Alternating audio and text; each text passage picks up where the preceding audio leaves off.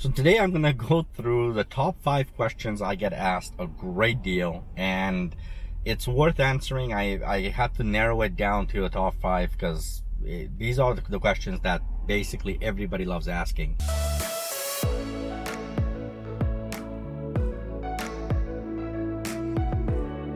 So number 5 on the list is one that I get a lot of, and that is range anxiety. And well, don't you ever worry about how much charge you have left and all those all that fun stuff. It's amazing to me because range really is the biggest thing that comes up more often than not. It's one of the first things that usually comes up in a conversation.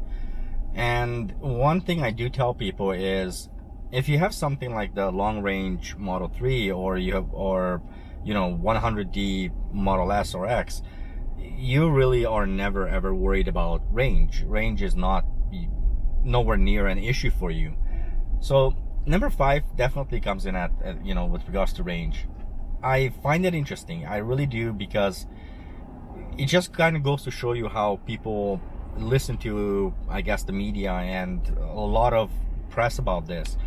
However, I will say that if you have a 60D battery, you're definitely going to be worried about range, in my opinion, because I had a chance to test drive but actually drive for quite a few days a 60D car, and I'll tell you, it was a little bit rough compared to my 100D. So ultimately, what I keep telling people is, if you have the long range or the 100D cars, you're never gonna worry about it. With that said, though, even the short range ones are really good mileage on them, and you're not really in a position where you have to worry about it as much. You may have to charge more often, but it's not something you really have to worry about. The car is very intuitive. It tells you pretty clearly how much you have left, and if you're planning a trip, let's say you put a destination in, it's very good at telling you how much you're gonna have left at the end. So range anxiety is, I think, at this point more of a myth than it is an actual fact. Those people who've owned the car for X amount of time, they already understand the car well enough, and I would say it takes about a week to a month to really get a sense of how much range you get on a full charge under normal uses. Number 4 is something that I hear a lot of people asking me, and it's very difficult to explain, but everybody hears about, well, if your car is hit or you get into an accident, it takes forever for you to get parts in. It's a myth to a degree. Now, I think this is dependent on what kind of parts you need, and if it's something that it's very consistent that's needed, then the parts will come in a lot sooner, I think. But I have a little bit of insight on this because unfortunately my baby here got hit a few times, and I went through having to 6 days after I bought the car, somebody hit it on where the wheel well is. So it was more of a body thing, nothing to be replaced. It was just a body damage. I took it into a shop. It took 1 week, and I had my car back. So that really wasn't a big deal. On the other hand, I did have a snowplow hit my bumper, my fender, my light. So I had to wait. That one I had to wait a little bit more, but I think that had to do with the amount of parts I needed for the car. So within 2 weeks, I had my car back, and so again, I did not have to wait too long. A little trick and a little tip, I guess I can tell you guys, is if you do get into an accident or of any sort, be it your fault or someone else's, it doesn't matter. Once you make your claim, take it to the body shop, let the body shop take a look at it, and you don't necessarily have to leave your car there. If it's something that they don't need the car for, just to sit there, you can always just take the car, drive it, and when they have the appropriate, let's say, bumper, for example, then take the car in just so that they can fix the bumper, paint everything, and do all that stuff. And it's going to shorten your time a great deal. If it's a bigger accident, then you have to leave your car there.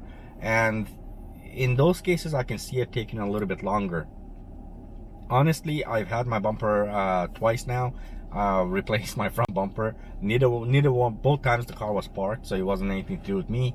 But no, it never actually took more than a week, 2 weeks at the most to get my car fixed.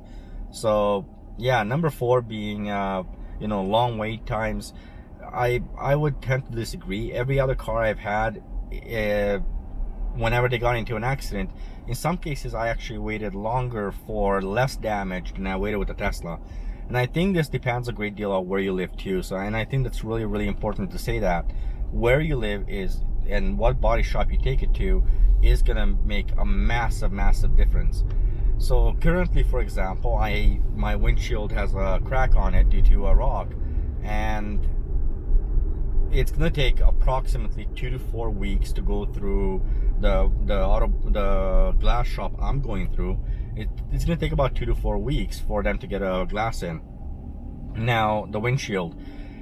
However, I was talking after the fact to Tesla, and they told me I could have gone with a different company, and that would have been almost instantly fixed. The one thing that you guys should know is if your windshield, something happens to your windshield, and you should ask if they will recalibrate your cameras for you. Otherwise, you'll have to go take it down to, once the windshield is installed, you'll have to go down to Tesla, get them to recalibrate your cameras. And that's coming out of your pocket, although your insurance company should give you that back if you're going through insurance. Now, I think it's important to know. But aside from that, honestly, I've never, so far with this car being in the incidences it has been in, it has never actually taken me any longer than with any of my other cars to get it fixed. So I would say I would put that off more of a regional thing. So it depends, I guess, on where you live and what's available to you. Some people wait a long time. Other people are really quick on the repairs. So that's why I say it seems to be more regional than anything else. Number 3 is the question I get way too much, and I'm actually a little bit surprised about this. And people are asking me about the software updates, and well, how does that work? Because if they don't live in a house, then they have to rely on going somewhere for the Wi-Fi. So how do you get your updates? And the short answer to this is you need to be connected to a Wi-Fi. It really comes down to that. So as long as you have a Wi-Fi connection to your car, you shouldn't have any issues. You shouldn't have any problems getting your updates. However, if you're never connected to Wi-Fi, you're only connected to the car's LTE network, which is Tesla's LTE. Tesla's paying for that. I don't see you getting the updates. In fact, I really have never gotten it unless Tesla pushed that to me for some reason. Aside from that, you pretty much have to be on a Wi-Fi system. And so if you're living let's say in a condo, or you're living in a townhouse or something along those lines, or an apartment building if you're renting, you're gonna have a hard time getting those updates because you can't physically control that. You don't have Wi-Fi signal down in your garage, for example. A little tip for that is you can always go and go to McDonald's or anywhere where there's free Wi-Fi, and you just have to keep in mind that you need minimum 2 bars. I found that realistically 3 bars or more is where you want to be for Wi-Fi in order for you to receive the downloads. So these questions are very good questions, and this one was something that really came up a lot because I guess there's more and more people talking about not getting their updates. And the more cars that are coming out on the road, especially with a lot of the Model 3s out there, there's more and more people asking the same question. And I know when I go to my to a supercharger, I definitely see this a lot, where people are asking me, okay, well, how do I get my updates? And I think it's kind of important because for a new owner, especially a new Tesla owner, there's so many things and it's overwhelming, and they're excited about getting a new update because it might have something neat that they can explore. And that's kind of the beauty of Tesla to start with. Every update is something new and something neat that you can try out. So you want to get your updates, try and be on a Wi-Fi network, and you should not have any problems as long as you're on Wi-Fi. Number 2, this is customer service. I get a ton of questions about customer service from Tesla, and I know why. Right now on Twitter, on Facebook, and everywhere else, there's a lot of complaints about Tesla customer service. And I think some of it is sound, some of it is true. Customer service, Tesla is not the best at communicating with people, but they are okay at communicating with people. I think it's there's a very big room for improvement when it comes to Tesla service, Tesla customer service. Now, I'm not gonna say what I do want to point out, and why this is so important, I think, to say this. I am not talking about the service team, like, you know, when you take your car to a Tesla service center, or when your, you know, mobile service comes out. Those guys are incredible, and at least in my region, they are truly incredible. They're really, really good at what they do, and their communication with me has been awesome too. So there is a big difference between Tesla customer service and Tesla service center. I find that the Tesla service center is incredible. Customer service at large, if you have questions, I almost want to tell everybody, go to YouTube and talk to one of the YouTubers that are making videos. More often than not, we'll be able to answer your questions. It takes a long time for Tesla to respond to people with regards to any questions they may have.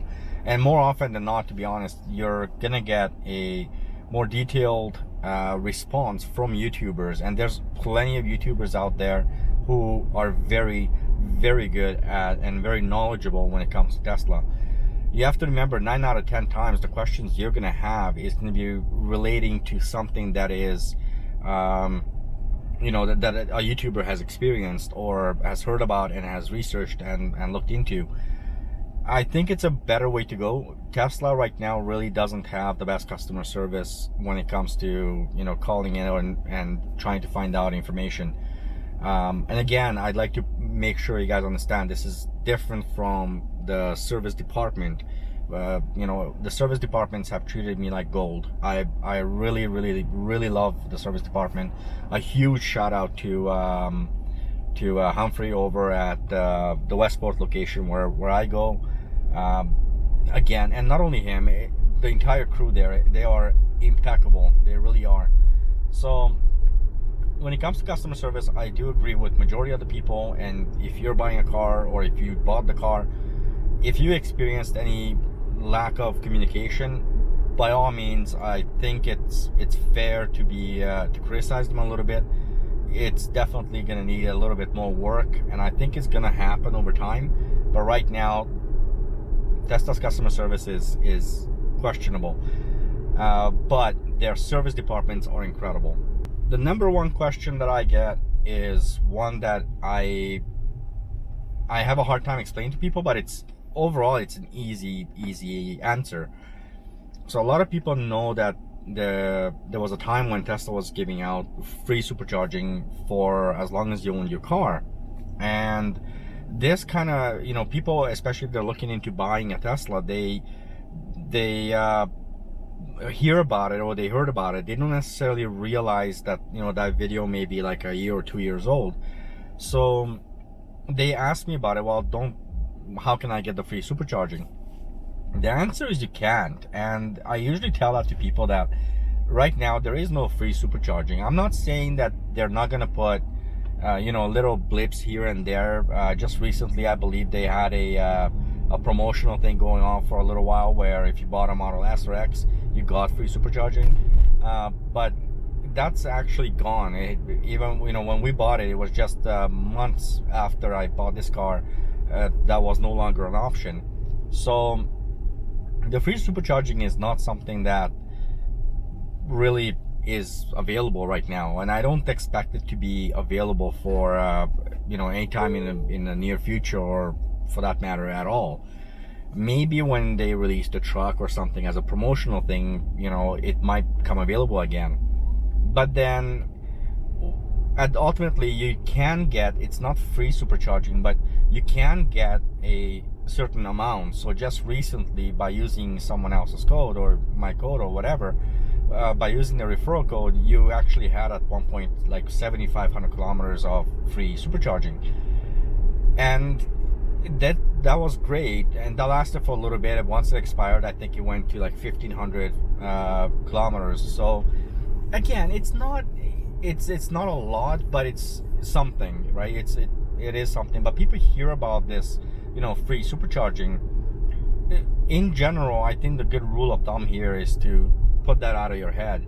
So if you're planning on buying a car, don't think about the free supercharging. Go there buying the car with the mental state that you won't have to pay. You will have to pay for it. And if you happen to use somebody's code and you get X amount of miles or kilometers for free, take advantage of those miles or those kilometers to really drive the car, because essentially you're driving it for free at that point, and understand what your car is doing, understanding how the car works and why it works the way it does.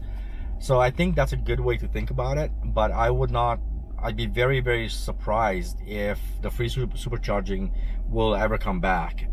It just doesn't make financial sense, because Tesla would have to pay out a lot of money for everybody who's basically charging for free.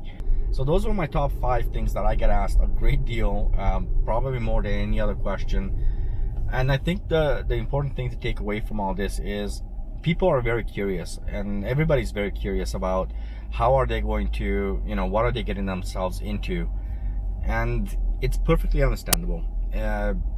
I'd be very surprised if people weren't asking questions. Jumping in head first into anything is not smart. So with that said, I'm going to say thank you so much for watching the channel. Thank you very much for all your comments, all your likes, and your support is greatly appreciated. The channel is growing. And with that said, until the next video, drive safe. Bye bye.